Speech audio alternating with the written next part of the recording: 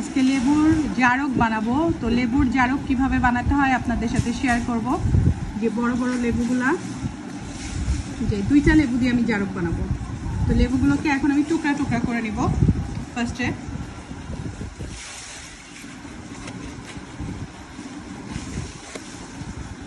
দেখেন লেবুগুলার কি রস, সরি ফেলে দেওয়ার দরকার একটু। দেখেন কিরকম লেবু উঁচু করো। যাই হোক, লেবুগুলোকে এভাবে কেটে আমি কিন্তু খুব ভালোভাবে লেবুগুলা ধুয়ে নিছি লবণ পানিতে ভিজায় রেখে। এখন লেবুগুলাকে কেটে এর বীজগুলা ফেলে দিতে হবে। বীজগুলো অবশ্যই ফেলে দিতে হবে, নাহলে কিন্তু তিতা লাগবে। বীজ জারকে যদি বীজ থাকে তো জারক কিন্তু তিতা লাগে খেতে। তো মাথায় রাখবেন জারকে যেন একটাও বীজ না থাকে। তো এই যে লেবুগুলাকে আমি টুকরো টুকরো করে নেব। আপনারা যে যে সাইজ পছন্দ করেন সেই সাইজে দিতে পারেন। তো আমি মোটামুটি একটু মিডিয়াম সাইজের করতেছি, এই যে এরকম সাইজ করে নিচ্ছি। তো সবগুলো লেবু কেটে তারপর আমি কিভাবে জারক দিচ্ছি সেটা আপনাদের সাথে শেয়ার করব। লেবুগুলোকে টুকরো করে কেটে নিচ্ছি, এই যে এরকম এরকম টুকরো করে কেটে নিচ্ছি। এখন এরকম একটা খালি বোতল, কাচের বোতল অবশ্যই লাগবে, খালি বোতল। আমি একটা কফির খালি বোতল নিচ্ছি, নিয়ে এখন এইগুলোর ভিতরে, এই বোতলের ভিতরে আমি ভিনেগার দিব। ভিনেগার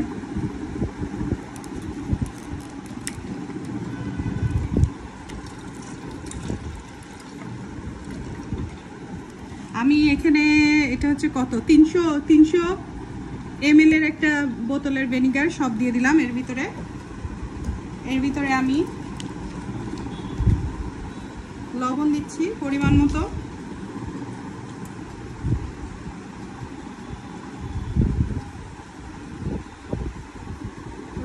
লবণ দিলাম, দিয়ে এখন লেবুর টুকরাগুলো দিয়ে দিচ্ছি।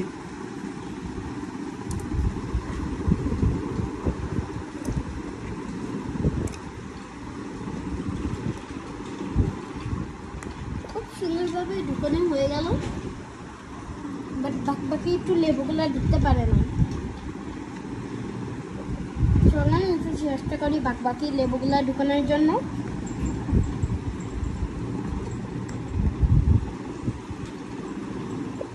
দুইটা লেবু থাকতে পারলে তো হয়েছে। এখানে কাটতে পড়লো, ঠিক আছে।